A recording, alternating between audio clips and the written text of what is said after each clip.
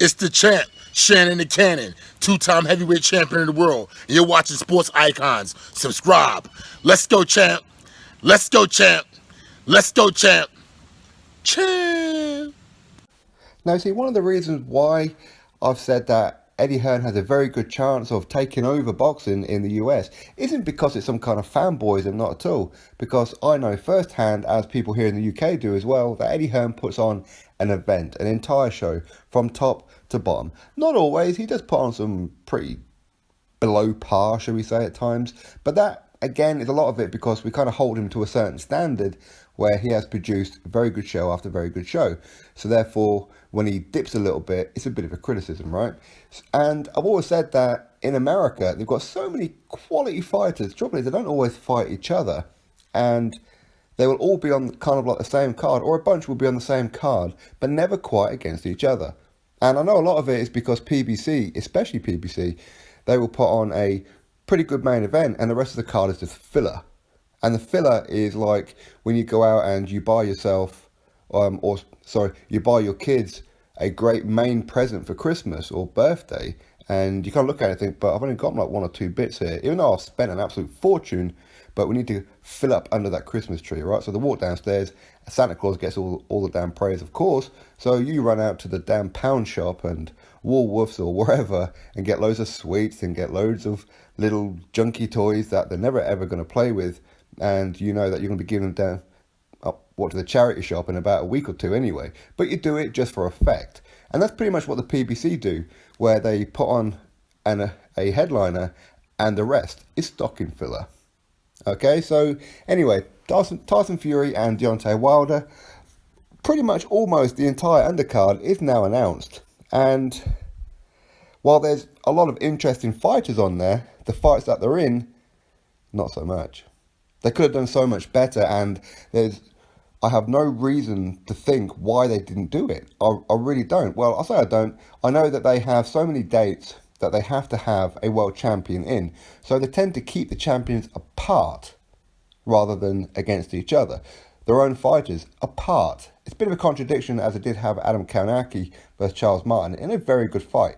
That should tell the PBC you need to continue with that trend. And I wish PBC all the luck in the world.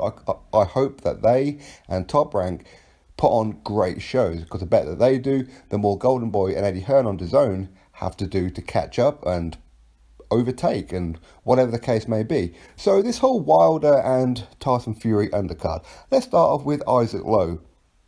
He's 15-0 with 3 draws, and he's going to be taking on Christian Palmer, 29 wins and 10 defeats.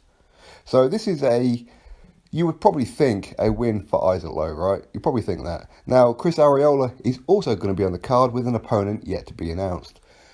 Luis Ortiz is on the card, and he's going to be taking on Travis Kaufman.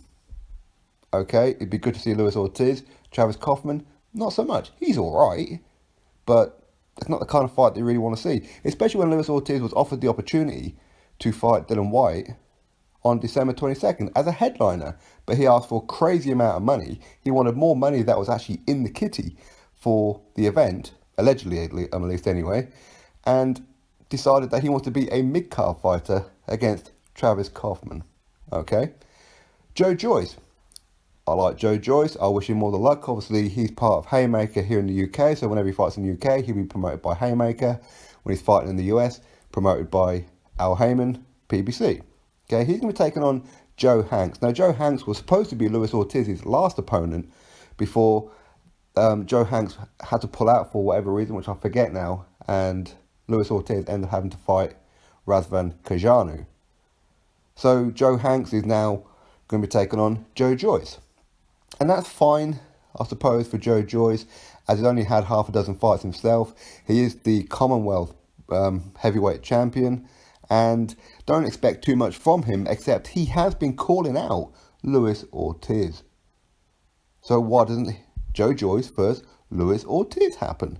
Rather than Joe Joyce versus Joe Hanks, Luis Ortiz versus Travis Kaufman. Why not have Joe Joyce versus Luis Ortiz? Joe Joyce wants this one. So what's the problem? Or Joe Joyce versus Chris Arreola. That's a more interesting one than Joe Joyce versus Joe Hanks. Also on there, the unified 154-pound champion, Jarrett Hurd. Granted, he has just come back off a bit of a surgery. I don't know whether it's minor. I'm presuming it's a minor surgery. After he beat Erislandy Lara. And there was talk that he wanted, potentially in December, Kell Brook. But no, he's not getting Kell Brook. He's getting Jason Wellborn. I know Jason Wellborn very well. He's a middleweight. He's the British middleweight champion. Back-to-back wins over Tommy Langford. But he's got 6 losses on his record. And as I said, British middleweight. He's never going to go beyond that. As much as I like Jason Wellborn, and he is improving over the last year or so, but he has lost some fights that maybe you could probably argue not really a good look.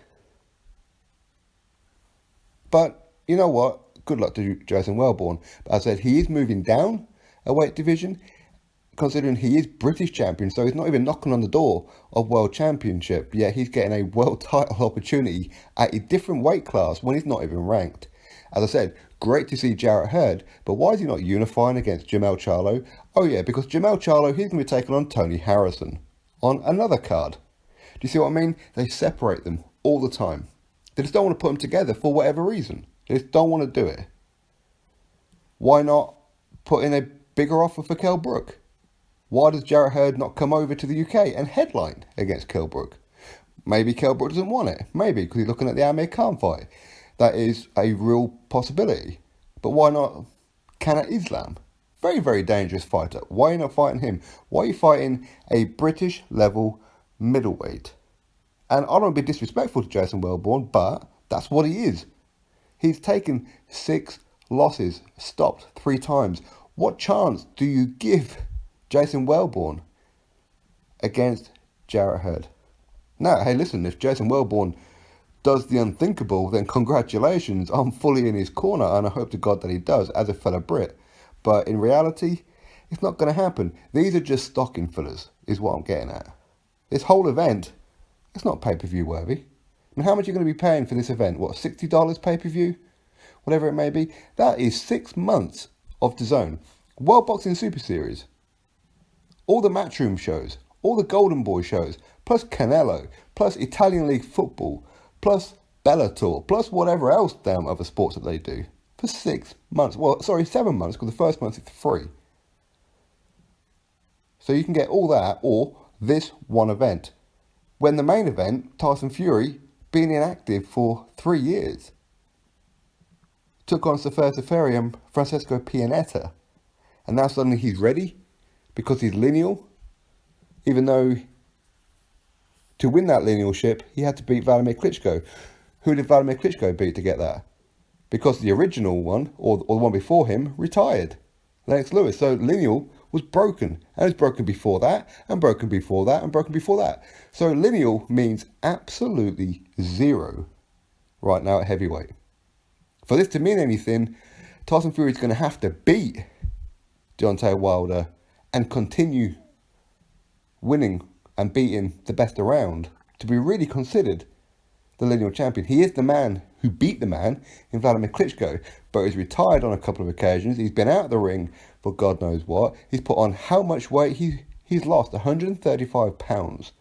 That is putting Mikey Garcia on your back or Vasyl Lomachenko and walking around with them on your shoulders while you sleep, while you do your shopping, while you have a bath, while you're sleeping with your wife for a whole year. Imagine what that's going to be doing to your insides. That is a lot of weight to have shifted. And yet, people want to act like Tyson Fury's ready for Deontay Wilder. I hope he is. I hope he smacks Deontay Wilder around that ring. I hope he schools him. But let's be real, it really ain't going to happen, is it? So anyway, that is the entire card.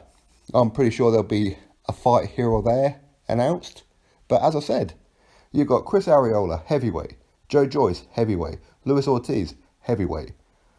3 fighters. Why are neither of them fighting each other? Why is Jarrett Hurd taking on a British middleweight rather than somebody else?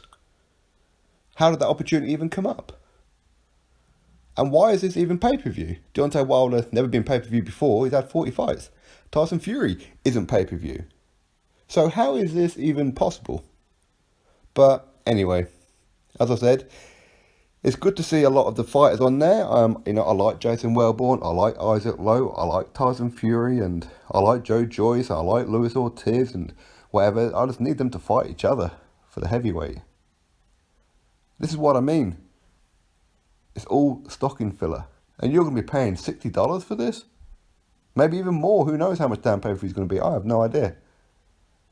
Anyway, let's get that news out there for you all. Drop your thoughts below. Click that thumbs up. And of course subscribe. Catch you all on the next video.